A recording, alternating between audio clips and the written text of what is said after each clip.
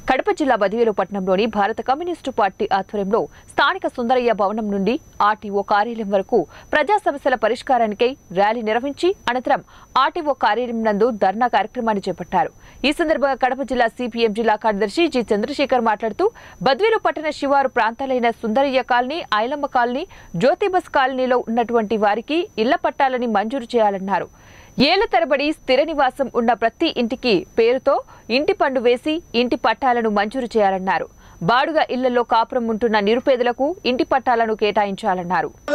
బలహీన వర్గాలు అట్లాగే దళితులు, మైనార్టీలు ఈ రోజు రోజుకు 350 రూపాయలు కూడా ఆదాయం లేనటువంటి వాళ్ళు చాలా ఎక్కువ మంది ఇక్కడ జీవిస్తున్నటువంటి వాళ్ళకు వీళ్ళకు రేషన్ కార్డు అనేటువంటి ఇప్పటివరకు లేదు। అలాగే సంక్షేమ పథకాలు జగనన్న నవరత్నాలు అంటున్నాడు। ఈ నవరత్నాలు ఏ ఒకటి కూడా పేదలు నివసించేటువంటి కాలనీల్లో అమలు చేయడంలా। కాబట్టి వెంటనే ఆర్టీఓ గారు ఎంఆర్ఓలను, రెవెన్యూ సిబ్బందిని ఏర్పాటు చేసి సర్వే చేసి ప్రతి